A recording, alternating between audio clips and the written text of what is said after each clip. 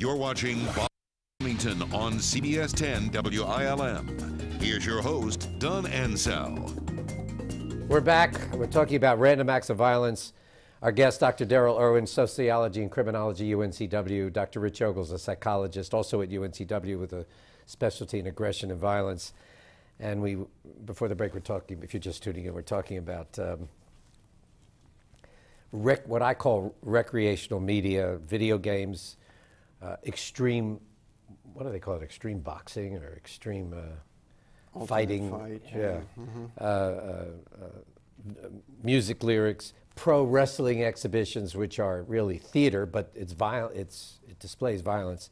Do you think that kind of stuff desensitizes us to violence? I think some of the data coming out at the individual level is that there does appear to be somewhat of a numbing effect. I think at the same time that needs to be understood in the context of that it's one thing to be numbed against violence and watching violence. It's another thing to then translate that into an act of violence.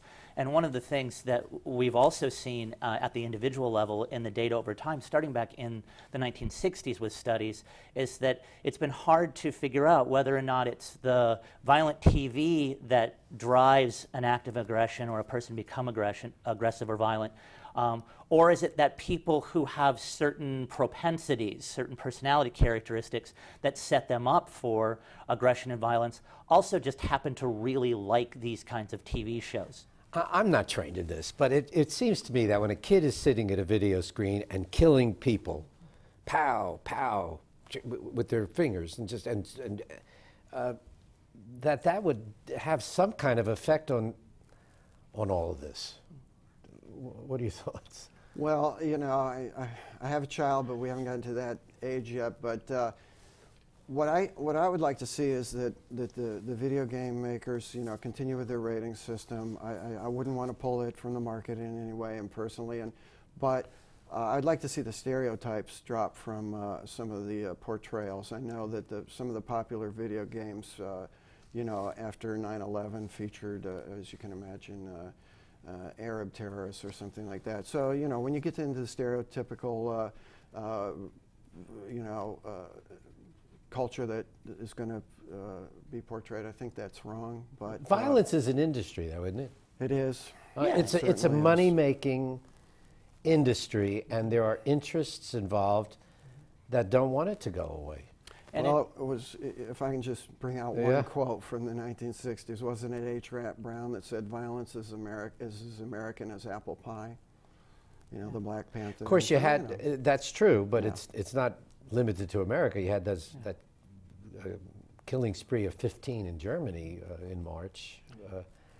And I'd like to hear, don't you think that society would be shocked by that type of killing when it's so unusual in their culture? In other cultures? Yeah.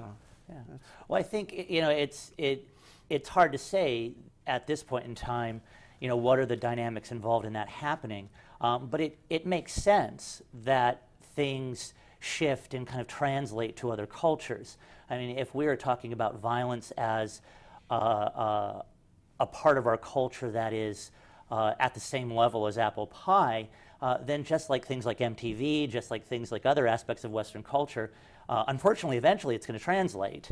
And so I don't think cultures are necessarily impervious to watching what happens in this country and someone having the same kinds of thoughts and feelings and motivations to go out and do that, especially given that in our last segment we focused on the media's effects.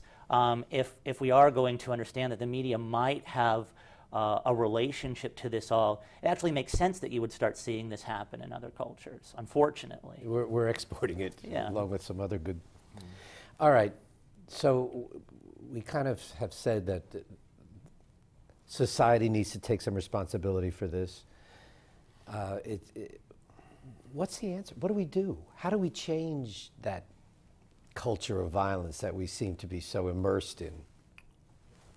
Well, I think that if there's one silver lining, and we hope there is, to some of these recent events that we've talked about today, it may be more focused preventative policy or laws. We may talk about, instead of just having certain types of education in our classroom. We might have a violence prevention course that goes throughout a year or two of a child's education, so they know it's not okay to attack someone. It's not okay to while they're dwell on your problems. While their parents are buying the video games of killing these people. We have contradictions in, in our market, but also, you know, I was thinking this morning, you know, about the Carthage nursing home killing. You know, maybe there'll be a new policy that, you know, to carry out an assault on seniors is now an enhanced penalty. When you think about locks and doors, you know, we have this focus on fire safety where you can push a door and get it open and get out of a building quickly, but we don't have the same focus on safety where you can lock a building down and keep it locked down so that somebody can't get from one area to another if there's one of these violent outbreaks occurring. And I think there's a complementary piece to that picture. Darrell's focus on laws and policies and prevention programs are vital and necessary.